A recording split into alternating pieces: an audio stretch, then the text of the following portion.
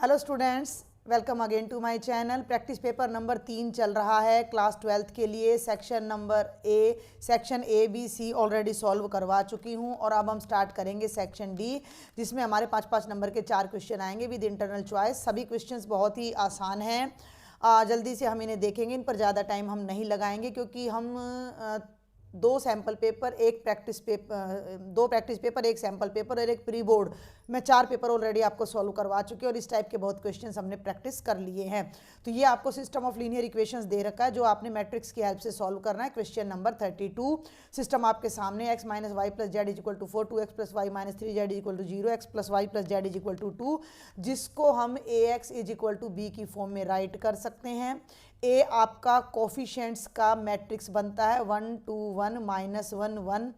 ये तो इतना आसान क्वेश्चन है कि मैं बहुत बार करवा चुकी हूँ। -1 3 1 और x हमारा हो जाता है सभी वेरिएबल्स का मैट्रिक्स और b हमारा हो जाता है राइट साइड में जो कांस्टेंट्स आते हैं उनका मैट्रिक्स। सबसे पहला काम होता है डिटर्मिनेंट ऑफ a को चेक करना, जो हम जल्दी से करेंगे। फर्स्ट रो से मैं एक्सपेंड कर रही हूँ डिटर्मिनेंट को, तो 1 इंटू, ध्यान देंगे 1 + 4, ये माइनस का और माइनस हमारा पहले से लगेगा तो +1, बीच की रो और कॉलम गया तो ये बन गया 2 + 3।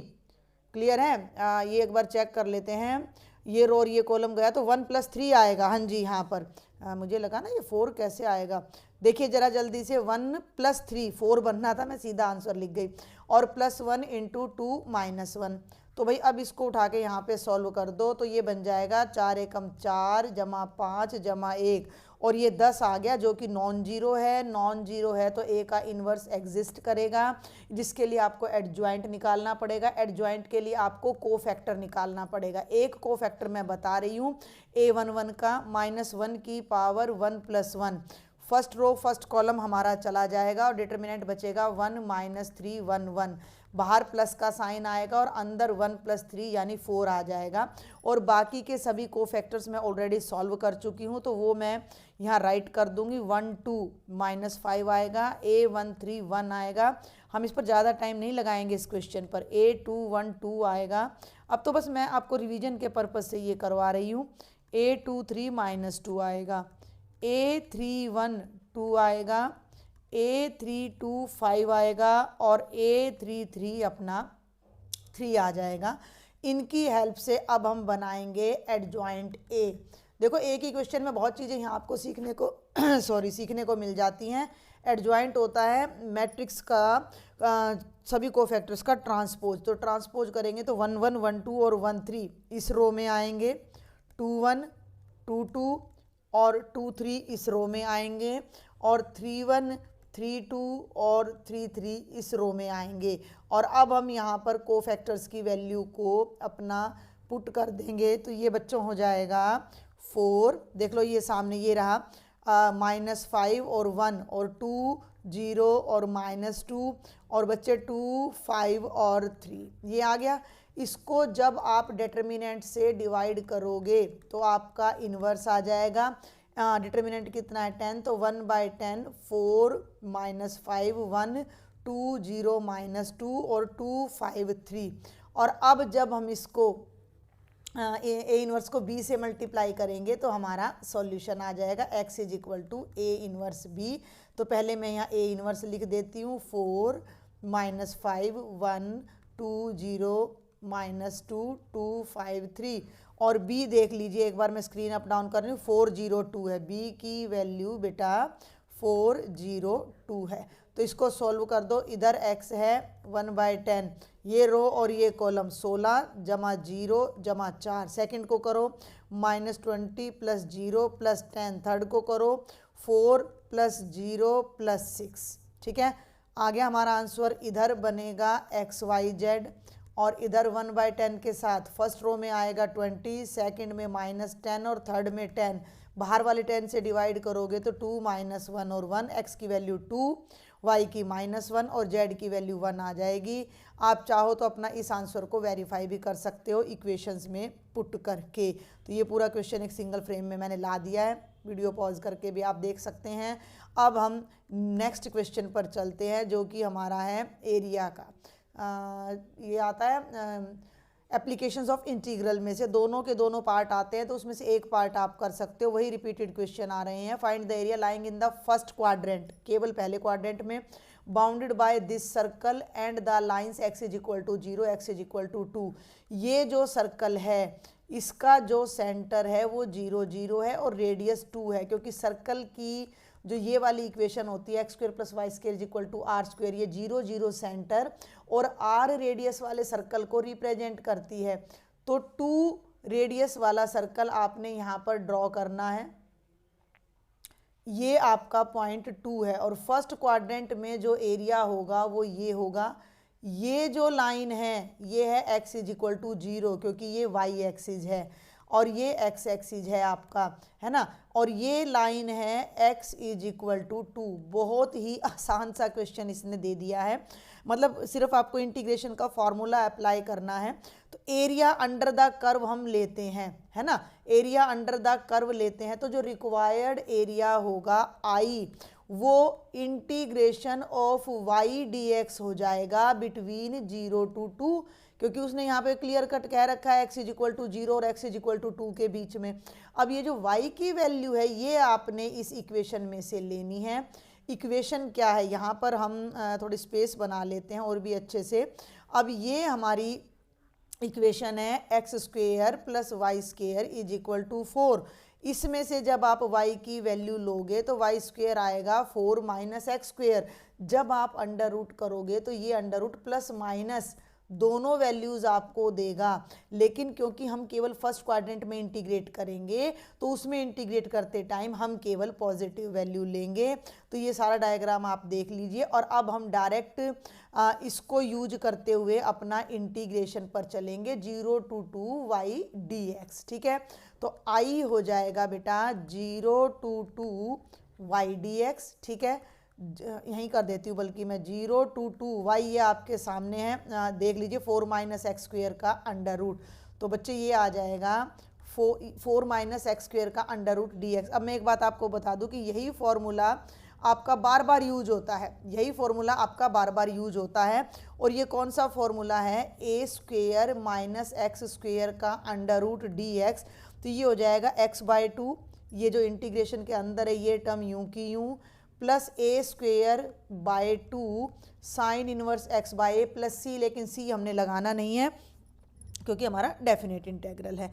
तो कर दो भाई इसको। अब ये हो गया x/2, हर क्वेश्चन में यही फॉर्मूला लग रहा है, 4 - x², a² हो जाएगा 4 / 2 साइन इनवर्स x/a, a का मतलब 2, देखो 4 है ना भाई, ये जो 4 है इसको आप लिख सकते हो 2² - x² की इंटीग्रेशन। तो इसको इसमें कन्वर्ट कर देंगे और ये हो गया बिटवीन द लिमिट्स 0 to 2। पहले रख दो अपर लिमिट। अब मेरी बात सुनो, अपर लिमिट रखो, यहाँ 2 रखोगे और यहाँ 2 रखोगे तो ये 0 आ जाएगा, 2/2 अंडर रूट में 4 - 4, 2 दूनी 4, ये तो हो गया 2, और साइन इनवर्स यहाँ 2 रखोगे तो 2/2, ये तो हो गई आपकी upper limit. Minus lower limit में जब यहाँ x की जगह 0 रखोगे 0, साइन इनवर्स 0 भी होता है 0, और ये भी हो गया 0, सब कुछ 0, केवल ये अकेला बचेगा, केवल ये बचेगा भाई, 4 में से 4 गया 0, तो ये भी 0, 0 + 0 0, तो ये बन गया 2 साइन इनवर्स 1। साइन इनवर्स 1 की वैल्यू होती है π/2, ठीक है ना। तो हमारा आंसर आ जाएगा पाई। ठीक है, अब मेरी बात सुनो, ये आ गया आंसर पाई। आंसर को हम वेरीफाई करते हैं। हमारे पास एक सर्कल है जिसका रेडियस कितना है, 2 है। सर्कल का एरिया होता है πr², तो पाई इंटू 2 का स्क्वायर यानी 4π। लेकिन हमें पूरे सर्कल का एरिया नहीं निकालना, इसके क्वाड्रेंट का 4th पार्ट का एरिया निकालना है, जो कि कट के पाई आ जाएगा। तो हमने अपने सिंपल फॉर्मूला से भी वेरीफाई कर लिया और हमारा आंसर बिल्कुल ये ठीक आ रहा है। समझ आ गया, बेहद आसान क्वेश्चन था। इसका जो इंटरनल चॉइस वाला पार्ट है वो भी बेहद आसान है। एलिप्स है, सभी सेट्स में इसको रिपीट किया गया, बस थोड़ा सा फर्क ये है कि इस बार ये वर्टिकल एलिप्स है। Find the area of the region bounded by the ellipse x square by 4 plus y square by 36 is equal to 1। इसका कंपैरिजन हम करेंगे x square by b square plus y square by a square is equal to 1 से। तो ए square मेरा 36 आएगा, तो यहाँ से ए की वैल्यू ±6 यानी पॉजिटिव वैल्यू 6 आ जाएगी और बी की वैल्यू 2 आ जाएगी। And it is a vertical ellipse जिसका मेजर एक्सिस वाई एक्सिस है। ठीक है, तो ये एलिप्स हो जाएगा। और मैं बार बार आपको बताती हूँ कि एलिप्स का एरिया पाई ए बी होता है, तो इसका आंसर आना चाहिए पाई इंटू 6 इंटू 2 यानी 12 पाई मेरा आंसर लास्ट में आ जाना चाहिए। इससे पहले भी मैंने ये क्वेश्चन करवाया है, उसमें 36 आगे था, 4 पीछे था, इसी टाइप का था। तो ये जो पॉइंट है, अब ये मेजर एक्सिस है तो ये 0,6 बनेगा और ये पॉइंट है ये 2,0 बनेगा। पूरे एलिप्स की जगह मैं केवल फर्स्ट क्वाड्रेंट का एरिया निकालूंगी 0 से लेकर 2 तक। वही बात आ गई, बिल्कुल सर्कल वाला पार्ट आ गया। अब मैंने वो डिलीट कर दिया, इरेज कर दिया, नहीं तो आप देखते बिल्कुल वही चीज़। और फिर इसको 4 से मल्टीप्लाई कर देंगे। तो पहले तो हम निकाल लेते हैं शेडिड एरिया, शेडिड एरिया, तो वो बनेगा 0 to 2 y dx। अब फिर यहीं इस इक्वेशन पर आ जाओ, इसको पहले मैं सॉल्व करती हूँ y के लिए। इधर राइट में करके दिखा देती हूँ, कलर दूसरा लेंगे, इसमें मज़ा नहीं आता रेड में। x square by 4 plus y square by 36 is equal to 1, y square by 36 is equal to 1 minus x square by 4, है ना। ये ऐसे ले लो और ये हो जाएगा 4 minus x square by 4। Y square को लेफ्ट में रखो, 36 को राइट में ले जाओ, 36 by 4 into 4 minus x square, 4 नीम 36। फिर कर दो दोनों तरफ अंडर रूट, ये कैंसिल हो जाएगा, 9 का under root 3, under root 4 minus x square. Ditto वही चीज़ आ गई जो अभी अभी हमने की है, खाम का हमने उसको इरेज कर दिया, ये 3 एक्स्ट्रा आ रहा है बस उसके अंदर। तो ये y की वैल्यू आ गई 3 under root of 4 minus x square, जिसको अब आप यहाँ रखोगे और आपका एरिया आ जाएगा 0 to 2 3, है ना, 4 माइनस एक्स स्क्वेयर का अंडर रूट डी एक्स। अब मैं ये पार्ट सॉल्व नहीं करूँगी, इस पार्ट को मैंने अभी अभी सॉल्व किया, केवल इसको 3 को छोड़ दो तो मेरा आंसर पाई आ रहा था जस्ट अभी। तो ये 3 इंटू पाई आ जाएगा और ये शेडिड एरिया आ गया। हमें निकालना है एरिया अंडर एलिप्स, तो वो इस शेडिड एरिया का 4 टाइम्स हो जाएगा। 4 इंटू में शेडिड एरिया, 4 इंटू में शेडिड एरिया यानी 4 इंटू 3 पाई और ये आ जाएगा 12 पाई। और यही मैंने आपको स्टार्टिंग में बताया था कि अपना जो आंसर है वो 12 पाई होना चाहिए। तो अगर ऐसा तो पेपर आ जाता है तो आपकी मौज हो जाएगी भाई, बिल्कुल बहुत आसान दे रखा है अगर बिल्कुल इसी पैटर्न पर आता है। अब आ जाओ 34 पर, हिंदी में दे रखा है तो नेक्स्ट स्लाइड पर चलूंगी मैं। Find the shortest distance between L1 and L2 whose vector equations are these. हाँ, ये पेपर मैंने करवा तो नहीं, बिल्कुल पिछले पेपर में भी कुछ भी नया नहीं दे रहा है, ये थोड़ा वैरायटी देनी चाहिए। सेम 4 प्रैक्टिस पेपर है, बिल्कुल सेम नहीं बनाने चाहिए थे इनको। ये है 1 minus T I plus T minus 2j plus 3 minus 2t into के। इसमें से हम बिना t वाली टर्म को 1 को i से मल्टीप्लाई करेंगे, समझ रहे हो ना, तो ये हो गया i, 2 को j से करेंगे तो माइनस 2j और 3 को k से करेंगे तो प्लस 3k। और अब t को कॉमन ले लो तो प्लस का t कॉमन लो तो ये बनेगा माइनस का i, t को j से करोगे तो प्लस j और माइनस 2k। ये आपकी पहली लाइन की इक्वेशन बनती है जिसका कंपैरिजन मैं a1 प्लस लैम्डा b1 से करूँगी, तो लैम्डा की जगह t आ रहा है। तो अब आपका ये तो हो गया वेक्टर a1 और ये हो गया वेक्टर b1, जिसे मैं अलग अलग नहीं लिखने वाली हूँ अब, ठीक है। अब आ जाओ अपनी सेकंड इक्वेशन पर, है थोड़ा सा इधर कर लेते हैं ताकि आपको देखने में आसानी हो। तो r is equal to s plus 1i 2s minus 1j और minus 2s plus 1k, S अलग, मतलब जो बिना एस की टर्म्स है वो एक तरफ, तो पहले ये पीछे पीछे वाली टर्म लेंगे आई माइनस जे माइनस के, और एस को कॉमन ले लो तो बच्चे ये बन रहा है आई प्लस 2j और माइनस 2k। ये आपकी सेकंड लाइन की इक्वेशन आ जाती है, जिसका कंपैरिजन आप करोगे r is equal to a2 plus sb2 से, तो ये तो वेक्टर a2 हो गया और ये आपका वेक्टर b2। अब हमें इन दोनों के बीच की निकालनी है शॉर्टेस्ट डिस्टेंस। तो शॉर्टेस्ट डिस्टेंस का फॉर्मूला होता है, यहाँ लिख देती हूँ मैं, कैलकुलेशन राइट में करूँगी, a2 minus a1 dot b1 cross b2 divided by, एक minute, divided by b1 cross b2 का मैग्नीट्यूड और कंप्लीट टर्म का मैग्नीट्यूड। तो अब आप ये सारी कैलकुलेशन कर लीजिए। पहले आप निकाल लीजिए a2 माइनस a1। देखो ये a2 रहा और ये a1 रहा, नीचे वाले में से ऊपर वाला माइनस करो, i minus I 0 I, minus J plus 2j, जे बन जाएगा माइनस के माइनस 3k माइनस 4k, ये तो आ गया a2 माइनस a1। अब ले लो b1 क्रॉस b2 जो कि आपका डिटर्मिनेंट होता है i j k। ये b1 है तो इसके कंपोनेंट्स हैं -1 1 -2, ये b2 है इसके कंपोनेंट्स हैं 1 2 और -2। थोड़ा ना नया देना चाहिए इनको क्वेश्चन में, क्योंकि हर बार वही हो रहा है। ये तो प्रैक्टिस आप कहीं से भी कर सकते हो अपनी। तो इसको जब आप सोल्व करोगे, मैं डायरेक्ट कर रही हूँ, तो -2i और प्लस 4j, तो ये बनेगा 2i, j के ब्रैकेट में जाएगा 2 जमा 2, हाँ 2 जमा 2, तो ये होना चाहिए 4j, और k के लिए -2 -1 -3k। ये आ गया b1 cross b2। b1 cross b2 का मॉडुलस लोगे तो 2 का स्क्वायर 4, 4 का स्क्वायर 16 और 3 का स्क्वायर 9, 16 और 4 20 और 9 29 रूट 29। अब इसकी और इसकी डॉट प्रोडक्ट हमने ले लेनी है। अब हम ले लेते हैं a2 minus a1 dot b1 cross b2। Clear है? a2 माइनस a1 है j minus 4k, b1 cross b2 है 2i minus 4j minus 3k। 2 को 0 वाले से करो 0, j को इससे करो माइनस का 4 और जमा का 12, कितना आ गया 8। तो ये हमारा 8 आ जाएगा। और अब हम इन वैल्यूज़ को अपना शॉर्टेस्ट डिस्टेंस वाले इस फॉर्मूले में पुट कर देंगे।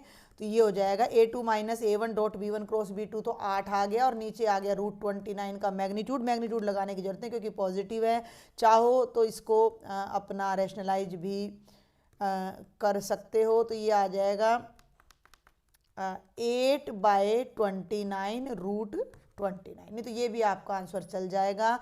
ये बहुत बार अपना रिपीट हो चुका है क्वेश्चन, पूरा क्वेश्चन सिंगल फ्रेम में कर दिया है मैंने, आप देख सकते हो।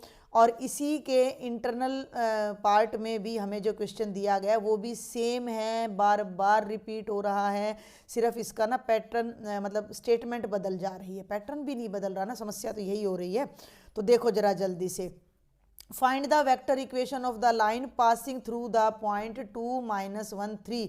एक लाइन है जो इस पॉइंट से तो पास कर रही है और इन दो लाइंस के परपेंडिकुलर है। ये बात मैं बार बार बता रही हूँ कि ये मेरे हाथ को आप एज ए प्लेन ले लो, इस पर कोई दो लाइन है और उन पर ये तीसरी लाइन जो मेरा ये पेन है ये परपेंडिकुलर है, ये पेन इन दोनों के परपेंडिकुलर है, तो इसकी जो डायरेक्शन वेक्टर होगा वो इन दोनों की क्रॉस प्रोडक्ट होगा।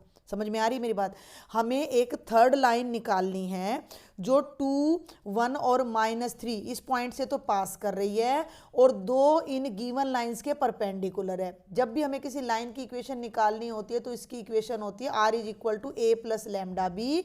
ए वो पॉइंट होता है जिससे लाइन पास करती है, तो वो वेक्टर तो मुझे मिल गया, और बी वेक्टर वो होता है जिसकी डायरेक्शन में वो लाइन जा रही है।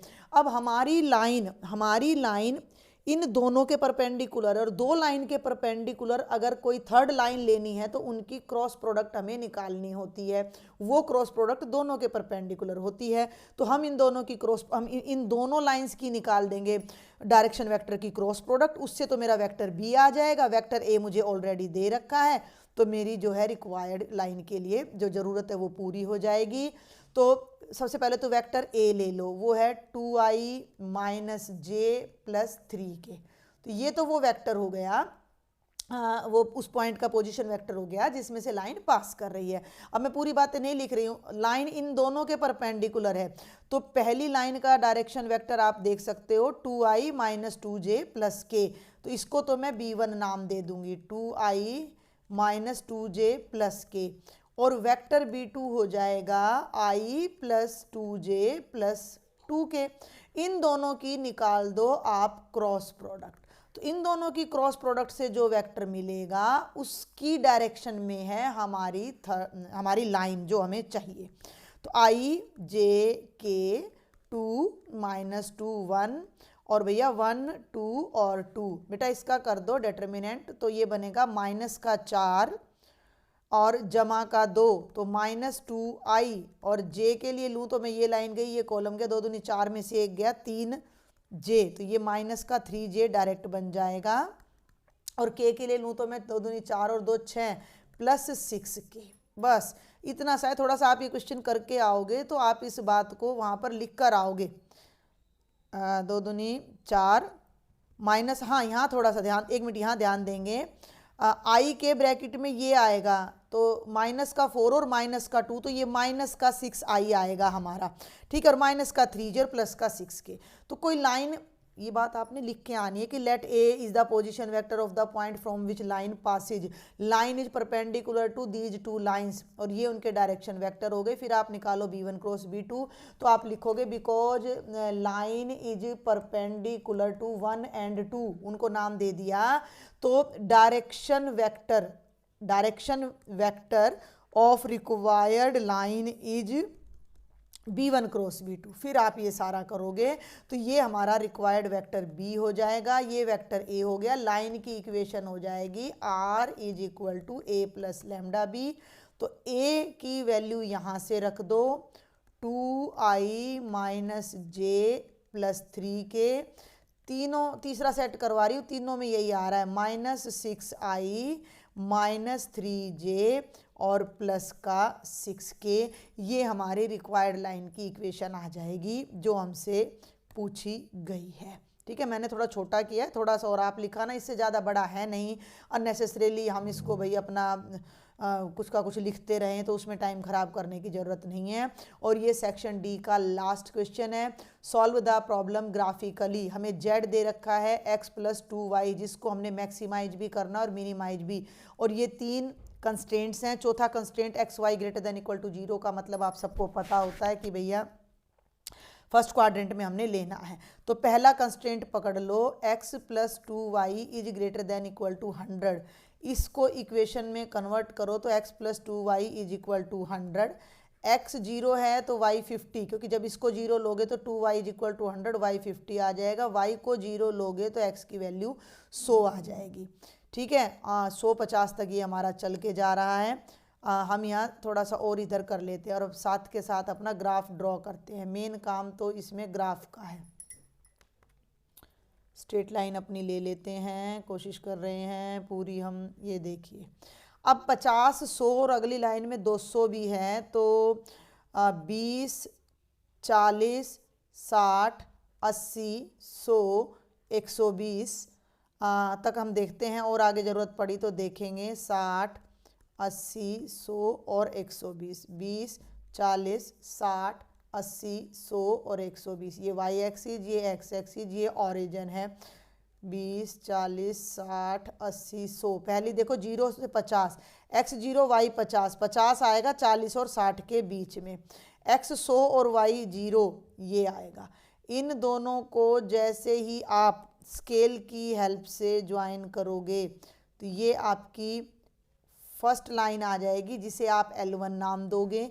लाइन आई है, अब इसका सॉल्यूशन निकालने के लिए आप इसके अंदर 0 0 पुट करोगे तो 0 प्लस 0 इज ग्रेटर देन 100, 0 100 से बड़ा कभी नहीं होता, फॉल्स है।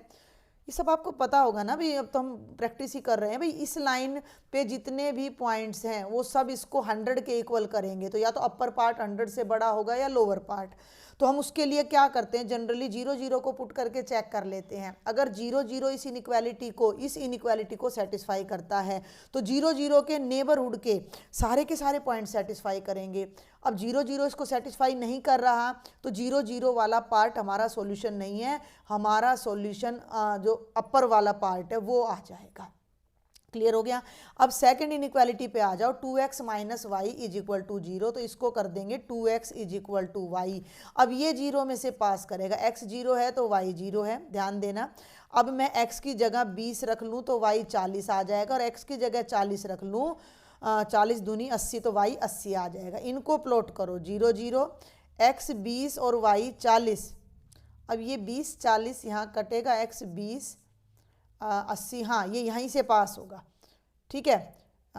बिल्कुल x 20 रखेंगे तो 80 y 40 आएगा, बिल्कुल यहीं से जाएगा। x 40 है, ये देखो ये 40 है और ये 80 है, समझ आ रहा है ना आपको, तो यहाँ से जाएगा।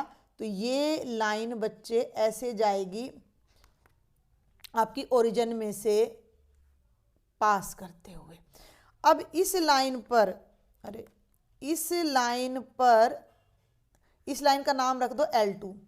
अब इस लाइन में हम 0 0 नहीं रख सकते क्योंकि 0 0 में तो ये जा रहा है, हमें चाहिए कि 2x minus y less than 0। ध्यान देना, हमें चाहिए 2x minus y less than 0। Clear हो रहा है, यानी 2x is less than equal to y, तो या तो ये वाला पार्ट होगा या ये वाला।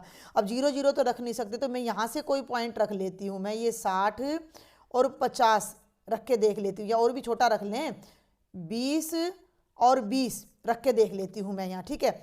मैं यहाँ रख लेती हूँ x की जगह भी 20 और y की जगह भी 20, तो यहाँ जब मैं 20 रखूँगी तो 40 और minus 20 less than equal to 0, 20 less than equal to 0, जो कि फॉल्स है। यानी मैंने यहाँ से एक पॉइंट उठाया और इस इनइक्वालिटी में रखा तो वो सेटिस्फाई नहीं हुई, तो इधर वाला पार्ट मेरा सॉल्यूशन नहीं है, यानी कि मेरा सॉल्यूशन ये वाला पार्ट है, अपर वाला। अब आ जाओ थर्ड पे। अब इनको मैं यहाँ से इरेज करूँगी, ठीक है, ताकि इसी फ्रेम में हम थर्ड इनइक्वालिटी को भी ले सकें। थर्ड इनइक्वालिटी है 2x plus y is less than equal to 200, तो बच्चे ये हो जाएगा 2x plus y is equal to 200।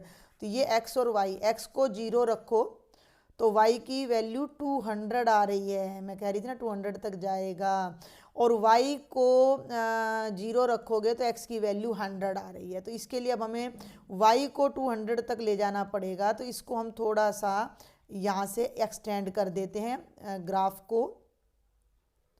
100 था ना, ये 120 था, 140, 160, 180 और ये हो गया 200। तो y 0 है तो x 200 है, और x 100 है तो y 0 है।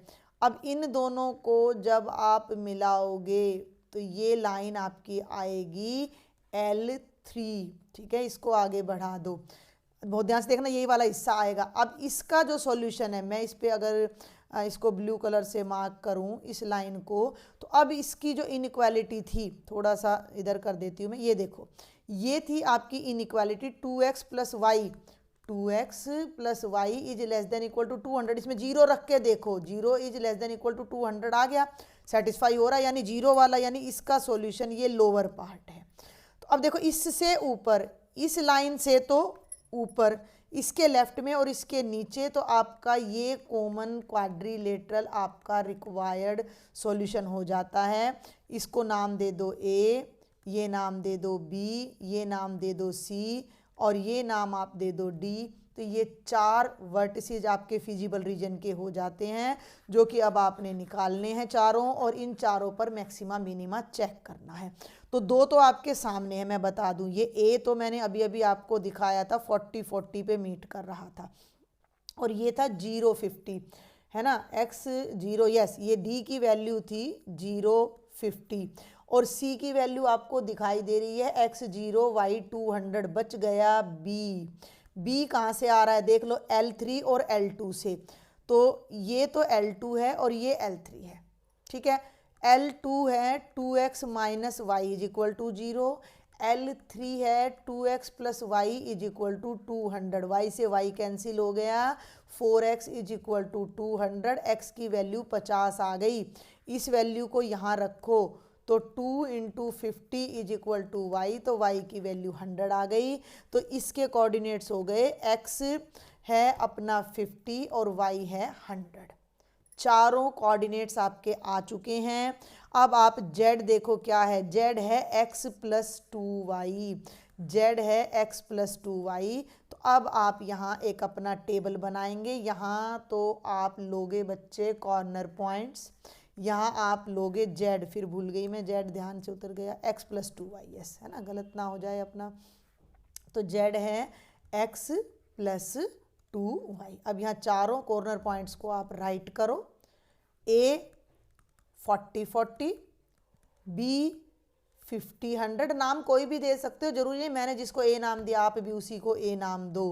c 200 है और d ये देख लो 0 50 है, फ्रेम में दिखाई दे रहा होगा, d 0 50 है। तो z आ जाएगा 40 जमा, देखो यहाँ 40 रखा और 4 दूनी 8, 80 यानी कि 120 आया। x की जगह 50 और y की जगह 100 रखो, तो 50 x की जगह रखेंगे तो 50 प्लस 200 यानी कि 250, x की जगह 0 y की जगह 200 रखोगे तो बेटा जी ये आ रहा है 400, और x की जगह 0 और y की जगह 50 रखोगे तो ये आ रहा है 100। मैक्सिमम वैल्यू है 400 जो कि C पे है, और मिनिमम वैल्यू है 100 जो कि आपकी D पॉइंट पर आ जाती है। तो ये आपका इसका सॉल्यूशन था, बेहद आसान से सॉल्यूशन है, ये कोई ज़्यादा मुश्किल नहीं है। तो ये आपका कंप्लीट सेक्शन नंबर डी का सॉल्यूशन था। और अब हम जल्दी से देखते हैं सेक्शन नंबर ई, जो कि हमारा केस स्टडी बेस्ड क्वेश्चन है, जिसमें 3 क्वेश्चन है 4-4 नंबर के, उनको देखते हैं। नेक्स्ट स्लाइड पर चलते हैं क्योंकि ये इंग्लिश में आ जाएगा हमारा यहाँ पर। तो ये आपको क्या कहता है कि a square piece of tin of side 24 centimetre, ये एनसीईआरटी से ही है आपका, is to be made into a box without a top by cutting a square of side x centimetre from each corner and folding up the flaps to form a box. आपके teacher ने अगर करवाया होगा तो आपको समझाया भी होगा, मैं फिर भी एक पेपर की हेल्प से आपको बता देती हूँ। अगर आपको दिख रहा है तो ये एक कागज़ है, ठीक है, जिसकी साइड है 24 सेंटीमीटर। इसमें क्या किया, ये कॉर्नर फाड़ दिया, अब मेरा यहाँ पर डाटा ना लिख रहा हो, हाँ जी, ये कॉर्नर को यहाँ से ऐसे फाड़ा, समझ रहे हो आप मेरी बात को, और इस तरह से एक हिस्सा यहाँ से x लेंथ यहाँ से और x लेंथ यहाँ से कट गया। इसी तरह से इतना हिस्सा इधर से कटा और इसको मोड़ दिया, ऐसे ही इधर से काटा और इसको मोड़ा, ये हिस्से को काटा और मोड़ा, इसको काटा और मोड़ा, और इस तरीके से जो ये बिल्कुल सामने आपका ओपन बॉक्स दिख रहा है, एक ऐसा ओपन बॉक्स तैयार हो जाएगा। ध्यान से समझना मेरी बात को, बस ये बात समझ आई और इस क्वेश्चन में कुछ भी नहीं रह जाता है। स्क्वेयर पीस है, एक तो इस बात का ध्यान रखना है कि इसकी लेंथ ब्रेड्थ सेम है, हर तरफ से ये 24 है, ठीक है, ये है 24। अब सुनो, x और x इधर से कट किया और x और x इधर से, x ये कट किया, x ये कट किया, x ये कट किया और x ये, और ये जो बीच वाला है ना, इसको उठाकर यहाँ से ऐसे मोड़ दिया। ऐसे ही इन चारों कॉर्नर से बहुत इजीली आप इस चीज़ को अपने घर पर भी कर सकते हो। तो चारों कॉर्नर से कट करके जब इनको मोड़ा गया तो ये जो बीच का हिस्सा बचता है ये 24 माइनस 2x बचता है। क्यों? क्योंकि x इधर से चला गया, x इधर से चला गया, पूरी लेंथ कितनी थी? 24 थी। तो जब इसको मोड़ेंगे तो इसकी जो लेंथ, बॉक्स की जो लेंथ बनेगी वो 24 माइनस 2x बचेगी, ये भी 24 माइनस 2x बचेगी। और जितना हम बॉक्स को मोड़ रहे हैं, अब ये मेरी बात को सुनना, मैंने अपना कागज़ यहाँ से काटा और जब मैंने बॉक्स को मोड़ा तो मैंने इस तरीके से बॉक्स को मोड़ा, तो बॉक्स की जो हाइट है वो उतनी ही है जितना मैंने कट किया था, यानी x है।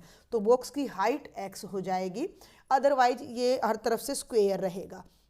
तो ये क्या कह रहा है, पहले इसको पढ़ते हैं। Square piece of tin of side 24 centimetre made into a box without top by cutting a square of side x centimetre from each corner and folding up the flaps to form a box on the basis of above information answer the following questions. तो वो हम देखते हैं, बिल्कुल आसान है। Write the length breadth and height of the box in terms of x। लिख देते हैं, 1 ही मिनट लगेगा। लेंथ अभी मैं आपको बता चुकी हूँ 24 माइनस 2x, ब्रेड्थ कितनी है 24 माइनस 2x और हाइट कितनी है x। पहले क्वेश्चन का आंसर हो गया। Express volume of the box in terms of x। Box चाहे खुला हो चाहे बंद हो, ढक्कन ना हो तो भी आइटम तो उतना ही आएगा ना। तो सेकंड पार्ट पे आ जाओ। वॉल्यूम क्यूबॉइड है, क्यूबॉइड नहीं है, हाँ क्यूबॉइड है। क्यूबॉइड की वॉल्यूम होती है length into breadth into height. तो ये हो जाएगा 24 माइनस 2x इंटू 24, बल्कि ऊपर करा देती हूँ मैं इसको ना थोड़ा सा, हमें क्योंकि इस वॉल्यूम को मैक्सिमाइज मिनिमाइज भी करना पड़ेगा। आगे ये कह रहा है मैक्सिमम वैल्यू, तो यहाँ ले लेते हैं वॉल्यूम। तो वॉल्यूम है बच्चे length into breadth into height. Length 24 minus 2x, breadth 24 minus 2x और हाइट आपकी x हो गई। इसको सॉल्व कर दो, इसको सॉल्व कर दो। ए स्क्वेयर, ठीक है, 24 24 चौके 76, 509 24 दूनी 48, हाँ जी 576 ए स्क्वेयर प्लस बी स्क्वेयर 2 दूनी 4 24 चौकू 96 एक्स। ये तो अंदर वालों की मल्टीप्लिकेशन आ जाएगी और x। और अब इसको यहाँ से मल्टीप्लाई करो तो ये बन गया 4x cube minus 96 x square plus 576 x. ये आ गया आपका सेकंड पार्ट का आंसर, जो इन्होंने कहा था कि वॉल्यूम को एक्सप्रेस करें in the terms of x। तो वो मैंने एक्सप्रेस यहाँ कर दी है। Show that the volume of box is maximum when x is equal to 4। तो बेहद आसान है। अब आपने वॉल्यूम को मैक्सिमाइज करना है, जिसके लिए आप इसका फर्स्ट डेरिवेटिव निकालोगे dv बाई डी एक्स, जो कि हो जाएगा 12x स्क्वेयर, 96 को 2 से कर दो, 2 छिक्के 12, 192x जमा 576, 12 कॉमन आ जाएगा और ये बनेगा x स्क्वेयर, 12 एकम 12, 12 छिक 72 x और 12 चौक 48 और 12 अट्ठे 96। ये आ जाएगा आपका dv बाई डी एक्स। ठीक है, इसको हम इक्वल टू 0 पुट करेंगे, फिर डबल डेरिवेटिव चेक करेंगे। तो मैं पहले डबल डेरिवेटिव ही निकाल देती हूँ। 12 इंटू 12x अरे 2x ठीक लिखा मैंने, 12 बाहर आ जाएगा, 2x माइनस 16, 2 फिर कॉमन ले लो तो 12 दूनी 24 और ये बन गया x माइनस 4। ये डबल डेरिवेटिव आ गया। इसको हम चेक करेंगे कब, जब हम फर्स्ट डेरिवेटिव को 0 रखेंगे। तो हम फर्स्ट डेरिवेटिव को 0 रखेंगे, इसको इसमें से जो पॉइंट्स आएंगे उन पर डबल डेरिवेटिव के साइन को चेक करेंगे। Is equal to 0। अब इसको 0 पुट करने के लिए 12 को तो राइट में ले जाओ। अब मिडल टर्म को ऐसे तोड़ना है कि ऐड या सब्ट्रैक्ट करो तो 16 आए, मल्टीप्लाई करो तो 48 आए। 12 चौक 48 और 12 और 4 16 होता है। तो इसके फैक्टर बनेंगे x माइनस 12 और x minus 4 is equal to 0। x की एक वैल्यू 12 आएगी और एक 4। अब x की वैल्यू 12 नहीं हो सकती, क्यों? क्योंकि इस कागज़ की जो लेंथ थी वो 24 थी। अब 12 का मतलब बिल्कुल बीच में से काटोगे, बिल्कुल बीच में से काटोगे तो ये तो ऐसे मुड़ जाएगा, ये कार्डबोर्ड नहीं बन पाएगा। तो x इज इक्वल टू 12 को तो हम कैंसिल कर देंगे और x की वैल्यू आ जाएगी हमारी 4। और यहाँ पर मैंने कुछ, हाँ जी हाँ 4 आ जाएगी ना। अब यहाँ देखो, यहाँ से मैंने जब 2 कॉमन लिया तो ये मेरा यहाँ पर 8 आ जाएगा, ये मेरा यहाँ पर 8 आ जाएगा। अब इस x इज इक्वल टू 4 को डबल डेरिवेटिव में रखो तो ये आ रहा है 24 इंटू 4 माइनस 8। वो 4 आया ना, तब मैंने देखा कि तो 0 बन गया, 0 बन गया तो ऐसा तो नहीं हो सकता ना। तो ये हो गया 24 इंटू माइनस 4, यानी कि माइनस का 96 लेस देन 0। डबल डेरिवेटिव अगर नेगेटिव आता है तो उस पॉइंट पर वो फंक्शन मैक्सिमम होता है। तो वॉल्यूम का डबल डेरिवेटिव नेगेटिव आ रहा है तो वॉल्यूम मैक्सिमम है कब, जब x की वैल्यू 4 है। और यही बात इसने कही थी कि भैया तुम ऐसा शो करो। तो ये इसका थर्ड पार्ट हो गया। यानी कोई केस स्टडी के लिए कोई डरने की जरूरत नहीं। केस स्टडी के क्वेश्चंस आपकी एक्सरसाइज में से ही उठा कर दिए जा रहे हैं। फटाफट सेकंड पे आ जाओ। 37 ये मोस्ट रिपीटेड है, हर पेपर में यही आ रहा है भाई। D y by d x plus p y equal to q linear equation होती है। पी क्यू एक्स के फंक्शन होते हैं। इंटीग्रेटिंग फैक्टर ये होता है ई की पावर पी डी एक्स और ये इसका जनरल सॉल्यूशन होता है। तो आपको ये लीनियर डिफरेंशियल इक्वेशन दे रखी है, जिसको मैं यहाँ राइट करूँगी 1 plus sine x d y by d x plus y cos x है, मैं इसको लिख रही हूँ cos x into y is equal to minus x. पहले मैं इसको इस स्टैंडर्ड फॉर्म में बदलूंगी, d y by d x के आगे कुछ नहीं होता स्टैंडर्ड फॉर्म में, तो मैं दोनों तरफ 1 प्लस साइन एक्स से भाग कर दूंगी। यहाँ भी 1 प्लस साइन एक्स से भाग कर दिया, यहाँ भी 1 प्लस साइन एक्स से डिवाइड कर दिया, और यहाँ भी मैंने 1 प्लस साइन एक्स से डिवाइड कर दिया। तो ये कैंसिल हो गया और ये बन गया d y by d x plus cos x by 1 plus sine x y और is equal to minus x by 1 plus sine x. अब ये पूछ रहा है what are the values of p and q respectively. ये आपको मैं दोबारा से दिखा दूं, ये आपकी स्टैंडर्ड इक्वेशन है, और जब मैं अपनी इस इक्वेशन को कंपेयर करूंगी d y by d x plus p y is equal to q से, तो जो मेरी p की वैल्यू आएगी वो ये आ जाएगी y का कोफिशिएंट, यानी कि cos x by 1 plus sine x, और ये वैल्यू आ जाएगी q की। हो गया फर्स्ट पार्ट। सेकंड पे आ जाओ, what is the value of integrating factor. यहीं पर करा देती हूँ मैं, ये देखो इंटीग्रेटिंग फैक्टर क्या होता है। इंटीग्रेटिंग फैक्टर होता है e की इंटीग्रेशन में p dx, तो e की इंटीग्रेशन में cos x by 1 plus sine x d x, क्योंकि यही p है ना हमारा, ठीक है।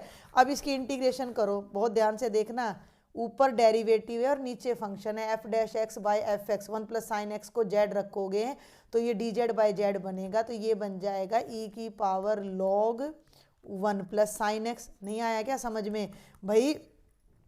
आप क्या करो, आप 1 प्लस साइन एक्स को जेड रखो तो cos x d x d z बन जाएगा, तो ये बन जाएगा e की power 1 by z d z. तो 1 बाय जेड का हो जाएगा log जेड, और वहीं से मैंने इसको किया है, तो e से log कैंसिल हो जाएगा और ये आ जाएगा 1 प्लस साइन एक्स, आ गया इंटीग्रेटिंग फैक्टर। और थर्ड में आपने इसका सॉल्यूशन निकालना है। सॉल्यूशन का भी दे रखा है y into integrating factor is equal to q into integrating factor d x plus c. तो यहाँ मैं सॉल्यूशन कर देती हूँ, y into integrating factor integration of q ये रहा आपके सामने minus x 1 plus sine x, साथ में इंटीग्रेटिंग फैक्टर भी यही आ रहा है प्लस सी, इससे ये कैंसिल हो गया। लेफ्ट साइड में आ जाएगा y into 1 plus sine x minus x square, x की इंटीग्रेशन कर देंगे माइनस एक्स स्क्वेयर बाई 2 और प्लस सी, 2 को लेफ्ट राइट ले जाना है तो ले जाओ, और ये हमारा इसका क्या आ जाएगा, सॉल्यूशन आ जाएगा। That's all. बहुत ही सिंपल से केस स्टडी हैं, और ये लास्ट है केस स्टडी जो कि हर बार अपना प्रोबेबिलिटी से आ रहा है। डॉक्टर की फ़ोटो दे दी है, ये भी NCERT का ही आपका क्वेश्चन है, देख लीजिए। ए डॉक्टर, ये बेस थ्योरम से है, a doctor is to visit a patient, मैंने करवा भी रखा है अपनी, जब एक्सरसाइज सोल्व करो करवाइए। From the past experience it is known that probability that he will come by train, bus, scooter और by other means of transport are this and this. क्या कह रहा है कि एक डॉक्टर को पेशेंट को मिलने आना है, ट्रेन से आने की प्रोबेबिलिटी 3/10 है, बस से आने की 1/5 है, स्कूटर से आने की 1/10 है, या अदर मीन्स का मतलब चाहे वो साइकिल से आओ, पैदल आओ, कैसे भी आओ, वो 2/5 है, ठीक है। अब the probabilities that he will be late are 1/4, 1/3 and 1/12 if he comes by train, bus and scooter. अगर वो ट्रेन से आता है तो लेट आने की प्रोबेबिलिटी 1/4 है, बस से आता है तो लेट आने की प्रोबेबिलिटी 1/3 है, स्कूटर से आता है तो 1/12 है, लेकिन अगर किसी और तरीके से आता है तो वो लेट नहीं होगा। On the basis of above information answer the following questions, find the probability that he is late. पहला, when he arrives he is late, भाई वो लेट आ चुका है। What is the probability that he comes by train, and what is when he arrives he is late, what is the probability that he comes by bus. हम number wise नहीं चलेंगे, पहले हम इन जनरल इस पूरे question को पकड़ेंगे और इसको सॉल्व करेंगे। हमारे पास 4 केस बनते हैं, तो हमारे यहाँ 4 केस बनेंगे भाई। अब अपने 4 केस क्या बनेंगे, चारों म्यूचुअली एक्सक्लूसिव होंगे। पहला केस होगा E1 की डॉक्टर विजिट्स बाय ट्रेन, कि जो डॉक्टर है वो पेशेंट को देखने के लिए ट्रेन से आ रहा है। दूसरा केस हम इसी ऑर्डर में चलेंगे ताकि गड़बड़ ना हो, है ना, आपको थोड़ा ध्यान रखना पड़ेगा। तीसरा केस हमारा बनेगा डॉक्टर विजिट्स बाय स्कूटर, और चौथा केस बनेगा bye other means of transport, other means of transport. हम इसको एक छोटे से डायग्राम से भी अपना समझ सकते हैं कि डॉक्टर के पास 4 केस हैं, बाय ट्रेन आ रहा है, बाय बस आ रहा है, बाय स्कूटर आ रहा है, या बाय अदर मीन्स आ रहा है, E1, E2, E3 और E4। तो जो E1 की प्रोबेबिलिटी है वो 3/10 है, E2 की प्रोबेबिलिटी है वो 1/5 है, आपके सामने है, ये देख सकते हो आप। और जो आपकी E3 की प्रोबेबिलिटी है वो 1/10 है, और E4 की 2/5 है, और प्रोबेबिलिटी ऑफ E4 2/5 है। अब क्या हुआ कि भैया वो लेट आया तो एक इवेंट और रखकर हुआ A, लेकिन लेट कैसे आया? ट्रेन से आया फिर लेट आया, ट्रेन से आया यानी पहले ट्रेन पकड़ी फिर लेट आया, तो उस बात की प्रोबेबिलिटी कितनी है? ये देखो, इनको नोट कर लो। अब आप 1/4, 1/3 और 1/12 है ना। तो ट्रेन देखो, ये ज़्यादा आसान पड़ेगा आपको कि भाई ट्रेन से आया और फिर लेट आया तो 1/4। इसको मैं डिफरेंट कलर यहाँ पर यूज करती हूँ ताकि आपको दिक्कत ना हो। फिर वो सेकंड मोड ऑफ ट्रांसपोर्ट यानी कि बस से आया और फिर लेट हो गया तो 1/3। थर्ड मोड ऑफ ट्रांसपोर्ट उसने पकड़ा यानी कि स्कूटर से आया और फिर वो लेट हुआ तो 1/12। लेकिन अगर वो उससे आता है, किसी और से लिफ्ट वगैरह लेकर आता है तो लेट नहीं आएगा, यानी उसकी प्रोबेबिलिटी है 0। आगे मेरी बात समझ में? आगे समझ में? यही बात मैंने यहाँ लिखनी है। अगर हम एग्ज़ाम में करते हैं तो 4 केस हो गए, इन चारों की आप यहाँ E1 की, E2 की, E3 की, E4 की प्रोबेबिलिटी लिखोगे। फिर ए इवेंट आप लिखोगे कि डॉक्टर इज लेट। अब डॉक्टर लेट है तो 4 केस बनेंगे, A/E1, A/E2, A/E3 और A/E4, जो मैंने वहाँ पर आपको डायग्राम से शो कर दिए हैं। अब पहला केस बनता है कि इस बात की क्या प्रोबेबिलिटी है कि वो लेट है। लेट तो वो है, लेट होने की क्या प्रोबेबिलिटी? अब अगर वो लेट है तो ये टोटल प्रोबेबिलिटी हमारी बनती है। तो लेट के क्या बनेंगे प्रोबेबिलिटीज की? इनकी और इनकी प्रोडक्ट की। भैया पहला केस होगा उसने ट्रेन पकड़ी और वो लेट हो गया, या ऐसा हुआ, या का मतलब एडिशन, उसने बस पकड़ी और वो लेट हो गया, ठीक है। और तीसरा केस, या फिर ऐसा हुआ कि उसने स्कूटर लिया।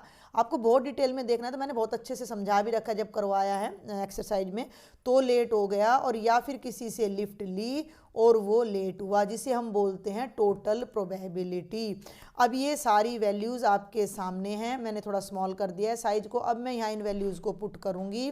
तो E1 है, देखो ध्यान से देखना, 3/10 इंटू 1/4 प्लस E2 की प्रोबेबिलिटी है 1/5 इंटू 1/3 प्लस E3 की प्रोबेबिलिटी है 1/10 इंटू 1/12 और E4 की प्रोबेबिलिटी है 2/5 इंटू 0। इसको सॉल्व करो तो 3/40, 1/15, 1/120 और ये 0 आएगा, जिसको मैं यहाँ से हटा देती हूँ। 15 8 120 होता है, 40 की टेबल में भी 120 आता है, तो 120 को एलसीएम लेंगे। 40 तिया 120, 3 तिया 9, 15 8 120, 8 और 1 9 9 18 बटे 120 आएगा। 6 तिया 18, 6 दूनी 12, 0। तो 3/20 हमारी प्रोबेबिलिटी हो जाएगी, टोटल प्रोबेबिलिटी उसके लेट होने की। और ये आपके फर्स्ट पार्ट का आंसर हो जाएगा। अब सेकंड पार्ट बिल्कुल आसान है, बेज थ्योरम है, यहाँ से मैं साफ कर देती हूँ। सेकंड पार्ट 1 ही मार्क का है कि when he arrives he is late. Late तो वो आया है। What is the probability that he comes by train? तो ये आपकी बन गई बेज थ्योरम कि लेट तो वो हो चुका है, ट्रेन का मतलब E1, तो probability of E1 by A। Bayes theorem क्या कहती है? Probability of E1 into probability of A by E1। और इन चारों प्रोबेबिलिटीज का सम, जिसको हमने पहले ही प्रोबेबिलिटी ऑफ A नाम दे दिया है, तो ये बन जाएगा, ये बन जाएगा प्रोबेबिलिटी ऑफ A। ये सेकंड पार्ट चल रहा है, इस बात का ध्यान रखना। तो E1 की प्रोबेबिलिटी देखो भाई, ऊपर कितनी है? 3/10 और A बाई E1 की है 1/4। तो ये हो गया 3/10 इंटू 1/4 डिवाइडेड बाय 3/20, ऊपर हो गया 3/40, 20/3, 3 से 3 कैंसिल, 20 से 40 कैंसिल, ये आ गया 1/2। अब आ जाओ थर्ड पार्ट पर कि वो लेट आया है, ही कम्स बाय बस, यानी प्रोबेबिलिटी ऑफ E2/A निकाल दो। थोड़ा और इसको छोटा करूँगी, मैं इसी पर लाना चाह रही थी। थर्ड पार्ट में यहाँ करा रही हूँ, ये मैं करा रही हूँ third part, probability of E2/A। तो probability of E2 into probability of E/A2, और ये हो जाएगा प्रोबेबिलिटी ऑफ A। ठीक है, अब वैल्यू पुट कर दो और सॉल्व कर दो। We are done. दिख रहा होगा आपको, ये वाली वैल्यू आपने रखनी है। तो ये हो जाएगा 1/5 इंटू 1/3 और 3/20, 1/15 इंटू 20/3, 5 तिये 15, 5 चौके 20 और 4/9 आपका फाइनल आंसर आ जाएगा। ठीक है, तो मैं होप करती हूँ कि ये आपको समझ आया होगा। सभी अगर इसी पैटर्न पे आपका पेपर आ जाता है तो आपके 80 आउट ऑफ 80 आने चाहिए। ठीक है, कोई डाउट है, कोई क्वेरी है, मुझे आप टेलीग्राम पर, व्हाट्सएप पर मैसेज कर सकते हो। लेक्चर पसंद आए सब्सक्राइब करें, शेयर ज़रूर करें। थैंक यू बेटा।